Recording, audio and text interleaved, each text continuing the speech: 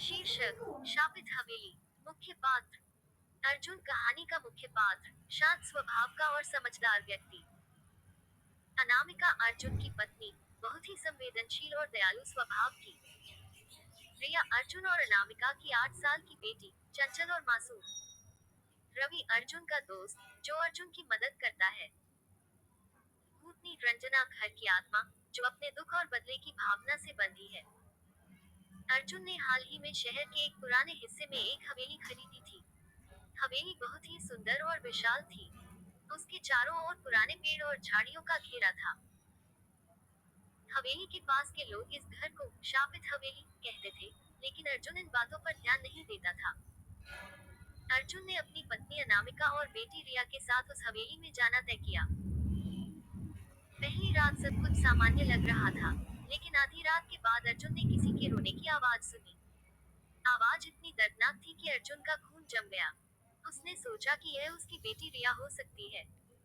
अर्जुन ने उठकर रिया के कमरे में झांका, लेकिन रिया गहरी नींद में सो रही थी। सुबह अर्जुन ने अनामिका से इस घटना के बारे में कहा। अनामिका ने इसे उसका भ्रम समझा, लेकिन उसी रात फिर से रोने की आवाज आई। इस बार अनामिका ने भी सुनी। रोने की आवाज के साथ साथ हल्के हल्के खरोंचने की आवाज भी आ रही थी, जैसे कोई नाखून से दरवाजे को खुरच रहा हो। एक रात रिया ने अर्जुन और अनामिका को उठाया। उसकी आंखों में डर और हैरानी थी। उसने कहा, पापा, मम्मी, मेरे कमरे में एक दीदी आई थी। उसने कहा कि वो मुझसे दोस्ती करना चाहती है। अर्जुन और अनामिका ने तुरंत कमरे की तलाशी ली, लेकिन वहां कोई नहीं था।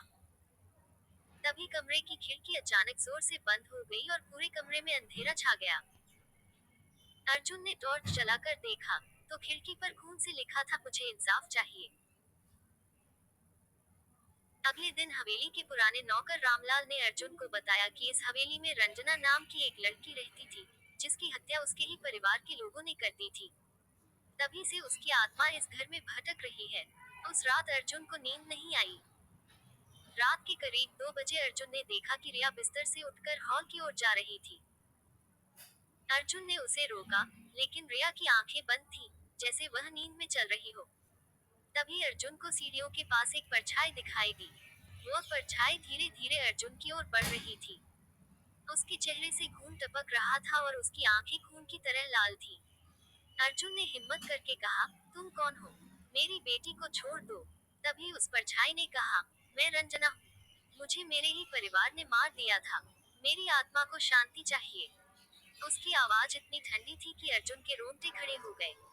अर्जुन ने पंडित को बुलाया। पंडित ने हवेली की शुद्धि के लिए पूजा करवाई। पूजा के दौरान पूरा घर हिलने लगा।